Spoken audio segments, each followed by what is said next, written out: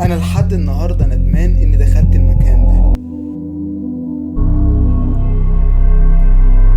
انا النهارده هحكي لكم عن موقف حصل معايا، موقف لحد دلوقتي كل ما بفتكره جسمي بيقشعر. من زمان وانا بسمع عن مكان قديم مهجور، الناس كلها كانت بتخاف تقرب منه. كانوا بيقولوا المكان ده مش طبيعي، وان اي حد بيحاول يدخله بيحس بحاجات غريبة. انا بصراحة كنت من الناس اللي مش بتصدق الكلام ده.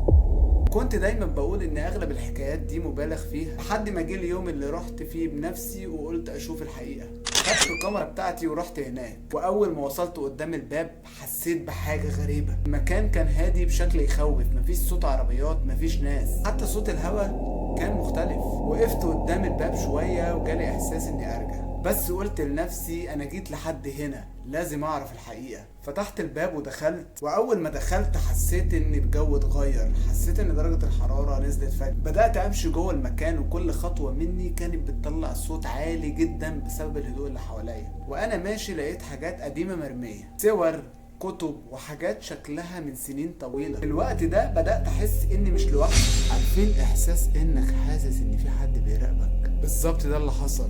وقفت مكاني وقلت هل في حد هنا؟ محدش بيرد عليا. كملت مشي عادي وحاولت اقنع نفسي ان ده خوف بس. وبعد شوية سمعت صوت خطوات جاي من الأوضة اللي جنبي. وقفت، الخطوات وقفت، مشيت خطوة، سمعت صوت خطوة تانية، وهنا بدأت أقلق بجد. قربت من الأوضة، بدأت أفتح الباب ببطء لكن مفيش حد. دخلت أبص، لقيت الحيطان مليانة علامات غريبة، وفي ورقة قديمة واقعة على الأرض.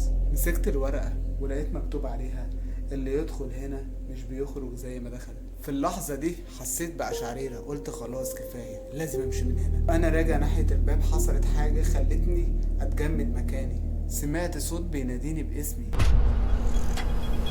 الصوت كان واطي جدا بس واضح. ناداني مرة تانية. وقتها ما كنتش عارف اعمل ايه، اجري ولا اشوف مين اللي بيناديني، لكن الخوف غلبني. جريت ناحية الباب وخرجت. بعد ما خرجت بصيت ورايا، لقيت ظل واقف جوه المكان ثواني واختفى. ومن اليوم ده وانا عرفت ان مش كل حاجة لازم نجربها عشان نعرف حقيقتها. في حاجات ربنا امرنا اننا نبعد عنها، وفي اماكن مهما كان فضولك الافضل انك ما تقربش منها. ولحد النهاردة كل ما افتكر اللحظة دي بقول يا ريتني ما دخلت المكان ده من البداية.